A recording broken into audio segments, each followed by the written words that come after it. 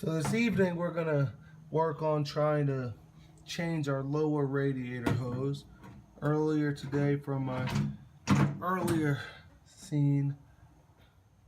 So before you change out your radiator hoses, you're gonna want to bleed all the coolant from your system.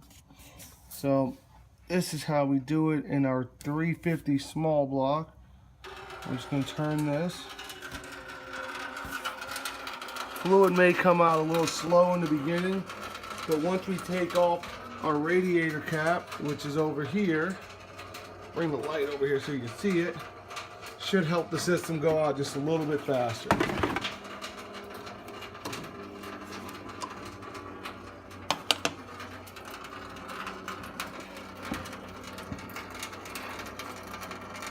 So that should just take a couple minutes to go out. So it should just take a couple more minutes. It's filling up.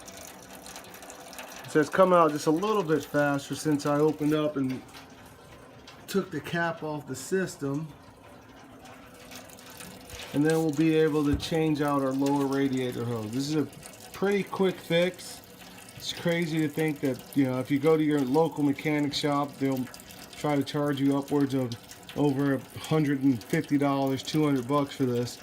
And literally can take you. So when it comes to taking your lower radiator hose off, you're just going to need a screwdriver. You have a little screw over here for the clamps.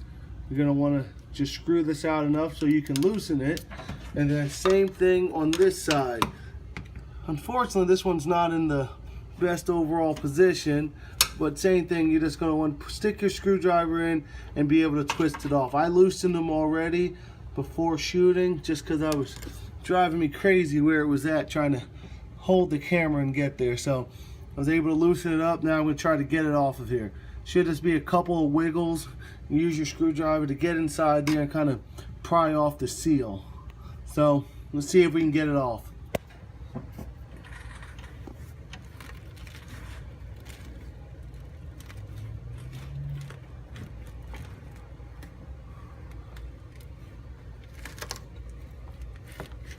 There we go, we got a little turn, and we should be off. There we go. There goes that extra fluid I was talking about that was going to be left in the system. As you see, my coolant isn't the prettiest. So that's what I was talking about. That's why you want to have your pan down here, because this is really, really bad for animals. If you got dogs or cats or even children around the house, this is not stuff you want. So one of the things I suggest you do before you install your new lower radiator hose is to clean the surface area. Try to get rid of some of that grime that's been on your old radiator hose for the last X amount of years. So we're going to use a little bit of brake clean. We're going to spray it on this rag and we're just going to wipe away.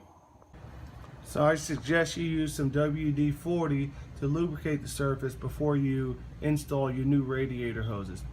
It's just going to make it just a little easier when it comes to getting a connection. So it's real easy. Just go ahead and grab this.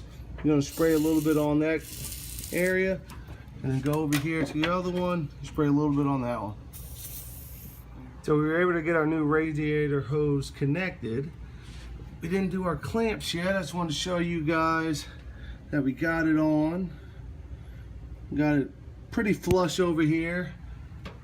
Pretty good over here. No problems, no kinks, everything looks good. Next we're gonna go ahead and put our little clamps on. These are super simple. All you need is a flathead screwdriver and just want to turn it a couple times. You don't want to over tighten it, because over tightening it can create leaks also. So we're gonna go ahead and do that in just a moment. Alright, so we were able to get our clamps on. Look good. Trying to get it in an area where if I ever had to change it again, it won't get in the way. Pretty easy to access. This one was a little bit tougher, just where it sits at, kind of regardless of where it's at. Gonna have to have small hands or just take it slowly. So we're able to get everything hooked up. We have our plug done over here on the right side. So we are gonna go ahead and start adding coolant in just a moment. So all finished up with the new radiator hose.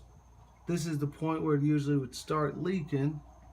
Like I said, just went on a quick ride. All looks good.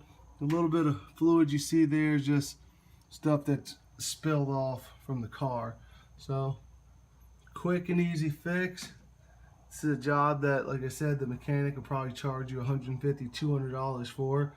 Cost me about $30 and about 25 minutes of my time. Again, pretty quick and easy.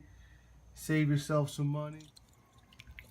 So we're adding our coolant back onto our system right now. You want to make sure to try not to spill any of this, because like I said, this could all be toxic to animals.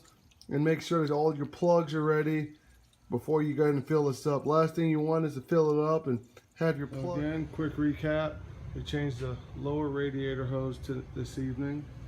Quick, easy fix. Takes no longer than probably 25-30 minutes.